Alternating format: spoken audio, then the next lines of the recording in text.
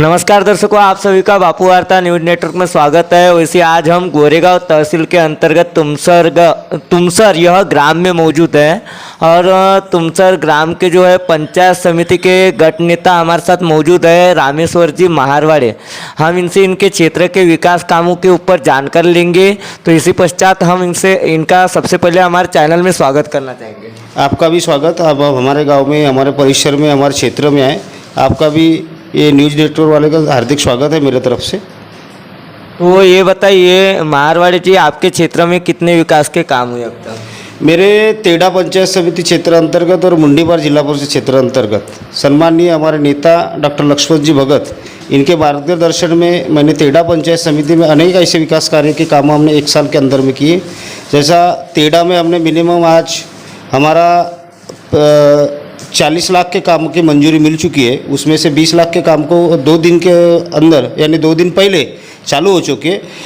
बाकी के तेड़ा के काम और हमारे प्रस्तावित भी है और वो कुछ 15-20 दिन के बाद में बाकी चालू हो जाएंगे। मेरे बाद में आते ही तुमसर ग्राम पंचायत में MRGS के माध्यम से और अनेक ऐसे दूसरे माध्यम से मिनिमम आज 1 साल के अंदर में 1.5 करोड़ के काम पूर्ण हो चुके हैं। और अगला नियोजन मेरा इस गांव के लिए 2 से 3 करोड़ का नियोजन है। हमने सबसे पहले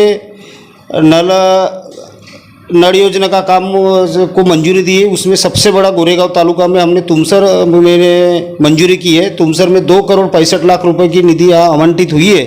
वो ठेकेदार ने कुछ वजह से आसो काम चालू नहीं किया, पर दीपावली के बाद में वो तुमसर का काम चालू करेगा। रही मोहाड़ी में भी, रोही गिदा बबनी में भी हमने मिनिमम आज 40 से 50 लाख के कामों को मंजूरी प्रदान करके वो काम भी पूरे हो गए। बाकी वहाँ का भी नियोजन हमारा व्यवस्थित चल रहा है। मोहाड़ी में भी हमने मिनिमम 50 से 60 लाख रुपए के कामों को मंजूरी प्रदान की है और वो काम भी पूरे हो गए 1 साल के अंदर में।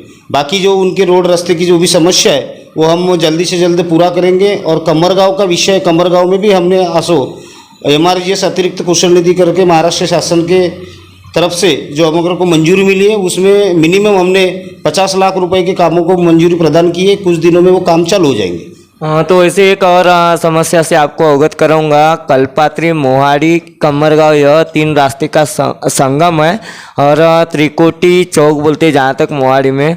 और रास्ते की अवस्था है मानो कि कीचड़ जैसा है और आपने ग्राउंड रिपोर्ट देखे होंगे। त्रिकोट चौक से बाबूलाल चौहान जी का जो मकान है, वहाँ से महीने ही अतिरिक्त कुशल निधि महाराष्ट्र शासन की तरफ से हमने 20 लाख रुपए की निधि वहाँ से मंजूर की है। वहाँ मटेरियल डाला हुआ है। कुछ खेती के काम चालू रहने से वह काम अभी पूरा नहीं हो पाया। जो मोहाड़ी कल्पात्री जो घुमर्रा जो मार्ग जाता है उधर से, तो वो रास्ता हमने प्रस्तावित की है। वो मुख्यमंत्री ग्राम सड़क योजना के अंतर्गत ये हमने प्रपोजल डाला हुआ है।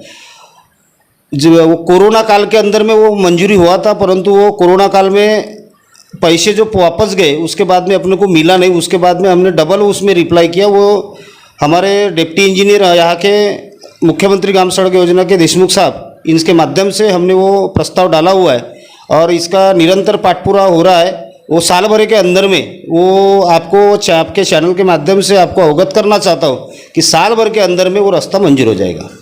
एक सवाल मैं आपसे पूछना चाहूँगा कि जिस तरीके से ग्रामीण क्षेत्र की जो पाठशाला है, स्कूलें हैं, वह बिल्डिंगों की अवस्थाएं जो रहती है जर्जर रहती है। मानो कि कोई टीचर आ नहीं पाता, बच्चे आ नहीं पाते कंप्लेंट करने। लेकिन इसके लिए आपके आगे क्या भूमिका रहेंगे? आपकी सही बात है। ग्रामीण क्षेत्र के जो माध्यमिक प्राथमिक स्कूल है वो उसमें एकदम परिस्थिति दयनीय है। इसके तरफ से मैं आपके तरफ से भी शासन को दरख्वास्त करूंगा कि शासन इस तरफ से ज़्यादा ध्यान दे।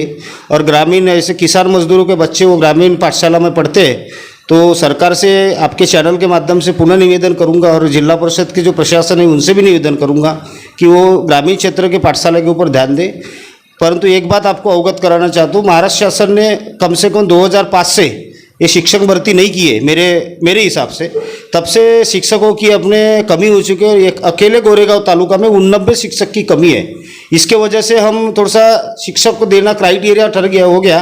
तो हमने और हमारे जिला परिषद के अध्यक्ष पंकज बाबू ने इस विषय पे एक अच्छा निर्णय लिया कि अपने उस समय स्कूल में गांव का एक अच्छा सुशिक्षित लड़का या लड़की हो वो पाठशाला में पढ़ाए।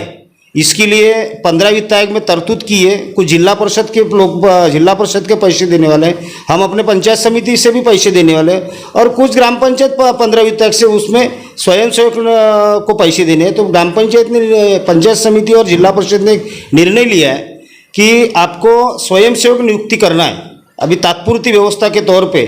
तो इसमें निश्चितच इसमें अपने ग्रामीण भागों को पाठशाला को नक्की फायदा हो जाएगा।